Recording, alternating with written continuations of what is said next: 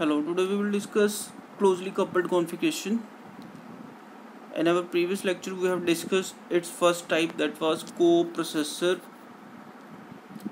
configuration. Here we will discuss its second type, that is closely coupled configuration.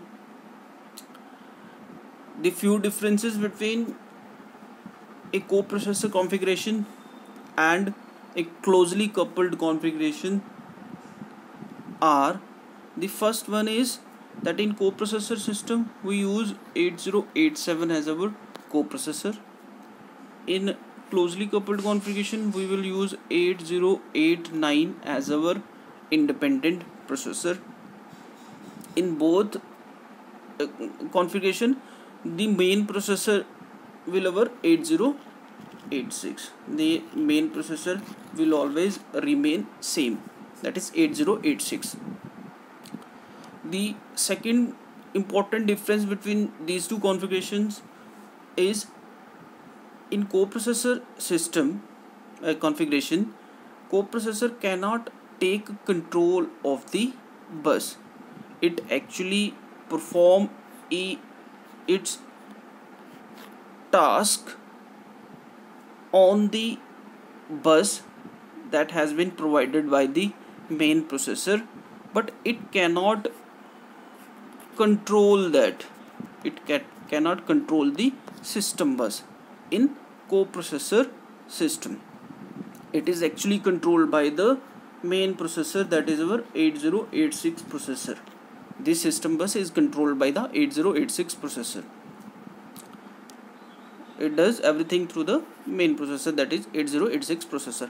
But in closely coupled processor, this system bus is actually controlled by the 8089, that was our independent processor. There is no interference by the 8086, that is our main processor. There will be no interference by the main processor, so the control on the system bus is actually be done by the 8089, that is our independent processor. Now these were the differences between these two configurations. Now 8089 shares CPU's clock and bus controls logic. Here we can see that this clock is actually shared between the main processor and the coprocessor. There is a common clock to both these processors, that is 8086 and an independent processor. This independent processor is actually the 8089 here. So common clock is provided to both. Communication with host CPU is by shared memory. Now communication between a main processor is by a shared memory. Here the memory is distributed among these two processors and the communication is actually done through them. Now the next important point is that host set up a message command in a memory. Now in the previous point, actually there is information that communication between these two processors is actually done by the shared memory, and memory is actually shared by these two processors, and communication is actually set up through this shared memory. Now the next point is that host sets up a message command in that memory, and then this host is the main processor actually set up a message in that shared memory. Which message, which command is it actually set up? It actually send its out instruction in the form of message into the shared memory for allotment of some of the work to the independent processor.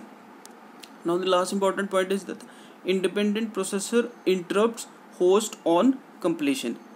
When the task which has been provided to the independent processor is get completed, this independent processor will then tell the 8086 processor that task has been completed by it, and this actually be done through the interrupt request. So an independent processor interrupts the main processor and tells that all the tasks which has been provided to it has got completed.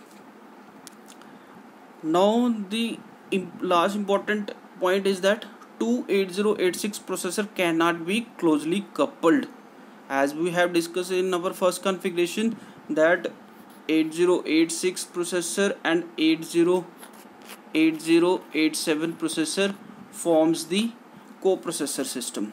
Here we will see that 8086 and 8089 will form the closely coupled configuration, but in both these configuration there cannot be a case that our main processor and an independent processor will be same.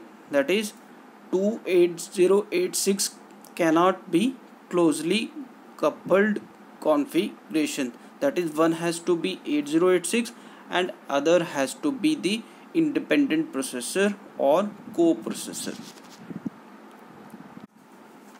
Here is the communication, that is interprocessor communication through the shared memory